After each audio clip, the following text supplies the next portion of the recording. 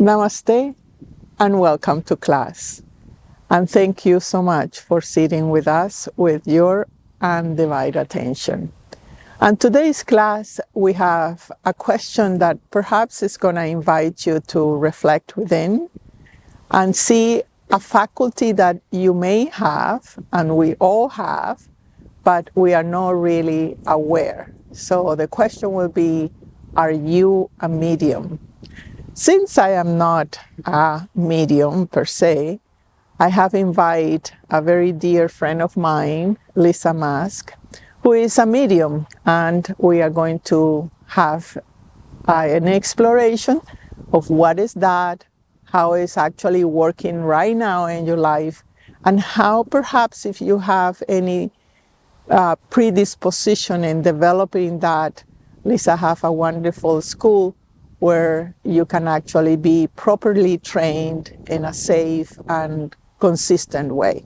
So welcome, Lisa, to our community. Thank you. And let's start by first defining a little bit of how you see what is medium. What is a medium?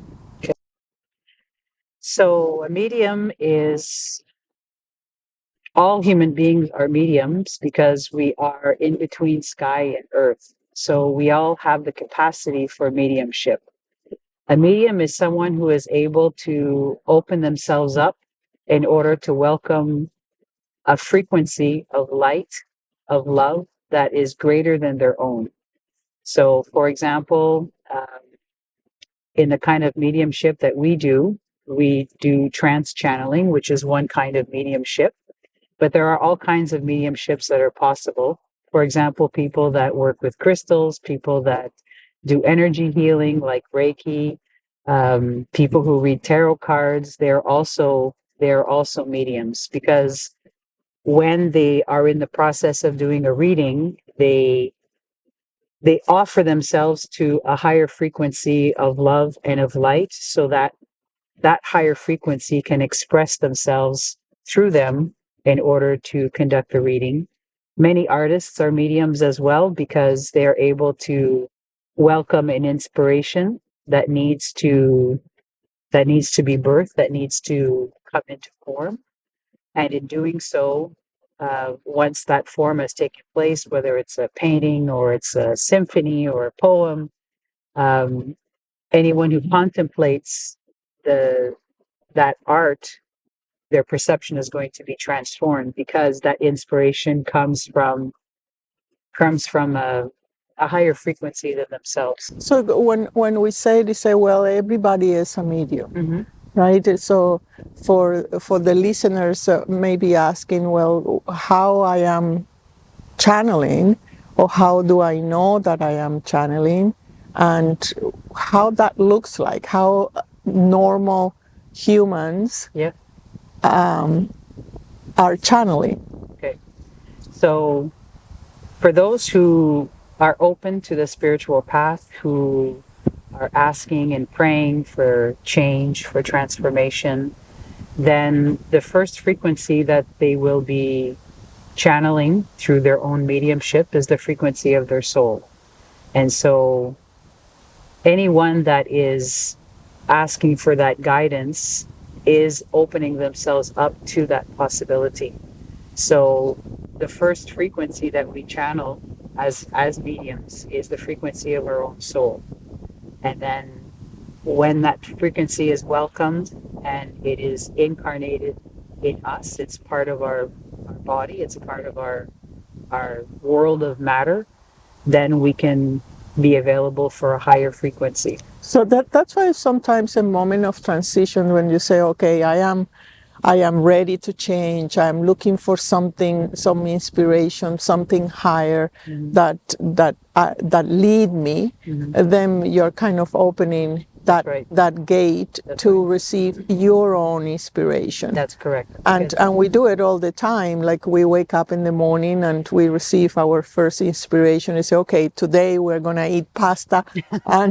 and that's what the whole body is going to be responding to it. And so it's a kind of an inner leadership, a inner guidance, right? That we do all the time, but we don't recognize it as a fluid that is coming from our soul to have our sense of guidance or inspiration. So in your case, how did you know that you were a medium? Like how people can recognize, you say, okay, I'm ready. I know I am channeling my own inspiration. That sometimes can be confused with intuition. But how people will say, okay, I am really seriously dedicating myself to be a medium? That's a very good question. In my case, it came about almost haphazardly, meaning that I was very much an academic and I was a scientist. I still am. But I was dedicated to an academic career. And I had this feeling that the path that I was on was no longer there, as though the path and all my investment into my career, it was coming to an end, and I didn't understand that. So I went to go see a medium who does trance channeling, and I asked, in the trance channeling, it's an entity of a higher frequency that takes place in the structure between the medium and the trance director. So I asked the entity, well, what is my purpose? And that is how I found out that I was a medium.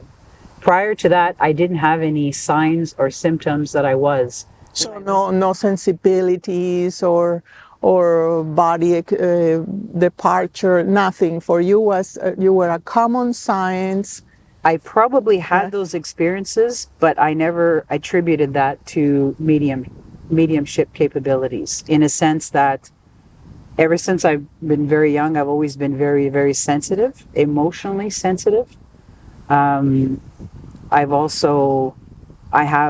It's very easy for me to have all kinds of visions, for example, in a dream, or whenever there's some kind of guidance, I can have all kinds of visions and stuff. But I didn't have the typical signs and symptoms that a lot of mediums have, meaning that, for example, when I listen to a lot of people who know that they are mediums, they will say, well, when I was very young, I could see auras and I could see colors, and my angels would come and speak to me in my room, and I didn't really have those kinds of experiences. So for you were more that sensibility of that is very personal, and then you start leading them to a very structured, safe method. That's right. That could kind of gather in all that that sensibility, instead of that sensibility being disperse and intuition, or because sometimes that we are sensitive, especially women, we are very sensitive, and we pick up stuff and we don't know what to do with it, and the reaction is to withdraw and to remove ourselves from the world. But maybe if we look a little bit deeper, we can see that these sensibilities can be put in a context that serve us, right? So it's something that energy is not wasted, because number one, it will be part of our own leadership, our own inspiration, and second, we have a service, that's what you do, right? What do you think is the purpose of mediumship? How your career is serving society? Yeah, that's a great question. With the type of mediumship that we do, which is trance channeling, we welcome a non-physical light being into our structure. And a non-physical light being from a higher dimension always has, even though they have different mandates and they have different specializations, if I could call it that, they always have the same purpose, and that is to remind humanity of their own light and their own capabilities and the reason for which they have chosen incarnation on Earth. And so our our purpose really is to support humanity in remembering their true origins as spiritual beings. Um, and of course, that can take many different forms, through talks, through private sessions, through ceremonies, through retreats, through pilgrimage. But it's always to remind those who have prayed and who have answered the call of their soul, always to remind them of their true. So it's more, and this is an important part, because it's more of a empowerment. That's correct. And also, in my experience, is that process of taking away any obstacles of things that doesn't allow us to remember who we really are, right? That's right. And at the same time, the information is not related in the common concepts of mediumship, that is, oh, you are like a crystal ball that is gonna look at the future or something. You're really specialized in bringing consciousness into the individual, and pointing the blocks that perhaps is obsolete for them. Absolutely. Right? And your beautiful methods of doing it. So it's not only like we are in front of the entity, but it's something practical and down to earth. Absolutely. That it can be assimilated and put it in your daily life on that. Because when the seeker is very sincere about their own transformation, then the entity will work in a manner that the individual is ready to receive, so that that light of consciousness, that light of awareness, can make its way into the actual structure of an individual and change their perception, change how they feel, and eventually work its way in their daily life, like you said, changing their habits, changing the way that they see things, the way that they understand things, and to remove whatever blockages are there, whether it's, past traumas and suffering, pain. So that light of awareness helps one to understand how it got created, and also how to liberate that and how to heal from that. Right. So I think in that way, the actual medium can really be useful. Otherwise, it becomes more like a superstition, and it really can shake you in a way that is not desirable for you, right? Because we are in that sensibility, we are giving the power to others to define our potential and our power of self guidance. So this is very important in that sense. Now, I have known you for years, yes. And in my experiences, every time I see you, you kind of channel something of a higher frequency. So it is change, but at the same time it doesn't, because some people go to say, well, I channel Saint Germain and I channel this. What is your opinion on that changeable, that people kind of want to channel many things, but you are very much in one alignment. What is that? Yes.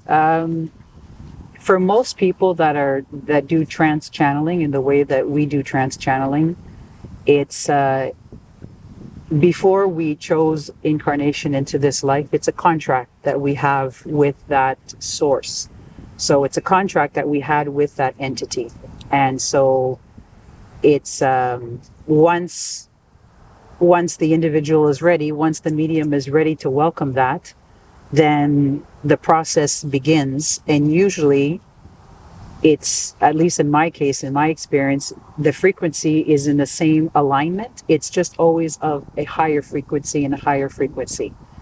The possibility of channeling all different entities, it's not in my experience, but one thing that's really important to keep in mind when it comes to mediumship, and it doesn't matter the kind of mediumship that one does, is the the purification of the individual and the responsibility of the medium and the trance director. Because usually when the medium and the trance director are sincere and there's integrity and humility and that sense of responsibility, from my experience, they usually stay in the same alignment because they're not open to all kinds of different frequencies, especially without any kind of guidance, without any kind of structure. That could put an individual at risk in that sense.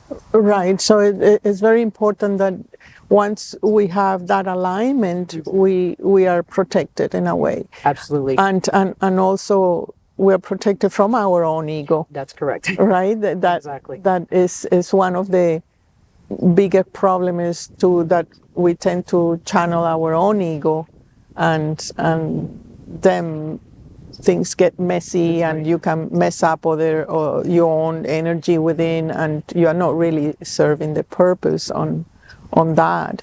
So you kind of know one alignment, and then it goes. Now you have a very special method of channeling, because it's not only you. You have what you call a director of trance, Yep. and it's actually two people. That's correct. And how that works?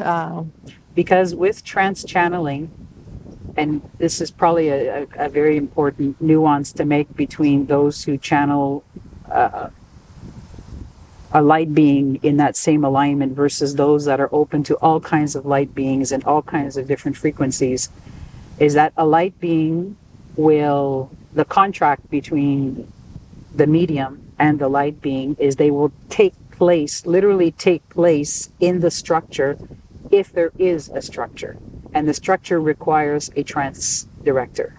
Otherwise, the light being will not actually take place in the physical structure. So, for example, you might see some mediums that the way that they channel is that they will expand in order to reach the entity. Yes. But they're not the entity, nor the medium is actually present in the body for that to take place. So it doesn't come in. It's like the soul Exactly. goes out and kind of Exactly. Merge or connect or something. Converses with the entity, and they still use their same vocal cords, but there's a distance between the energy of the medium and his or her own body. Right. So with trance channeling, with the kind that we do, the light being actually takes place in a common structure. So yes, they will speak through my voice and will use my body, but there's a common channel between the medium and the director of trance. Because with that kind of channeling, the medium has to basically go on the shelf. The medium has to allow for the entity to take place. Right. So the entity needs a ground and needs a physical support in order for that transmission to take place. Otherwise,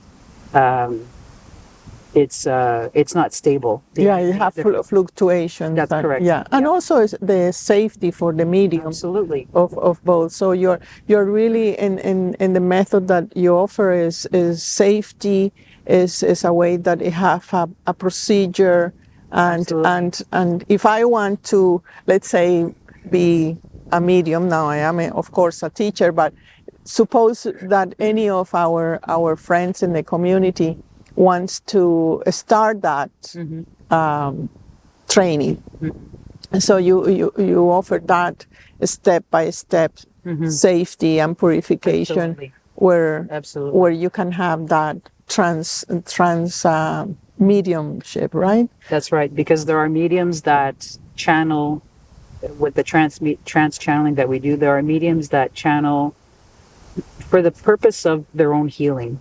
And so the light being will take place in the structure for a certain amount of time. It might be 20 minutes or so. It might be a little bit longer. Initially, they probably won't be talking, but it's just to be able to open yourself up to welcome that higher frequency of love and of light, and it will inevitably do work on you and the trance director. And there are those mediums that channel light beings for their own stimulation, for their own growth, in order to broaden their awareness. And so they receive many teachings in that way, and that supports them on the path. There are those mediums that channel entities of an even higher frequency, and that is a lot of, it's more of a universal type of awareness and type of teaching. So it really, in that case, the entity is there to offer teachings at large and to do work. So whatever the intention of purification, healing, expansion, Yeah. There are different stages and Absolutely. in the training that Absolutely. that I can take or anyone can take. Yeah. Does anybody need the specific skills or something to go into? Do I need the sensibility? Do I need or anyone can really take this training? The most important, I won't even say it's a skill, it's a state of being, and it's the state of humility. Without humility on the spiritual path, there is no spiritual path. So one can be very sensitive and see all kinds of, beings or auras or have very well developed psychic abilities. But if there's no purification of the ego, and if there's no humility, then those psychic abilities will be recuperated by those aspects within the individual that are not healed. So I can't say it's a particular skill that one needs, but it's more like a predisposition within. That's right. It's a state of humility. Yeah, and so it's interesting because one, you can have the sensibilities and the predisposition, but if your ego is way too empowering or leading the way, then you're not really taking any career like mediumship or healing or whatever you'll take. You will be operating from the ego sense rather than to the humility part, or to try to serve a higher purpose, or healing yourself through certain practices, right? I see that as well in my practice. And what it will be the most, what you will advise our community in general to initiate this path? If they wish to start this path. Right now, as many of you are probably aware, or that you feel, the earth is going through a great change right now, and humanity is going through a great change. So there is a tremendous amount of support from light beings to contribute into this process. So for those of you that are